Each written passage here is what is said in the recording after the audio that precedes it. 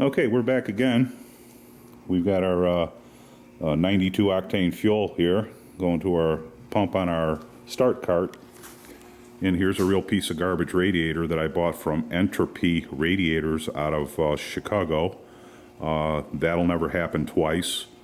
The radiator was manufactured with a twist in it.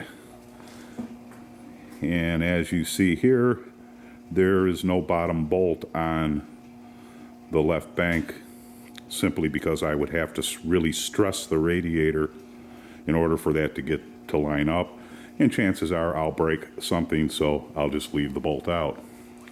We got fuel to this motor. I set the static timing on it at 8 degrees before top dead center. Vacuum advance is disconnected and plugged for right now. I did check the motor, make sure that we're getting spark. I'm running distilled water in it for the initial light off. All the valves are adjusted. The cam, got a big cam in it, have not heard it run. I think it's probably going to be a little too radical for the street. It's over 600 thousandths lift. And it's a roller system. So we're going to light it off in just 1 second.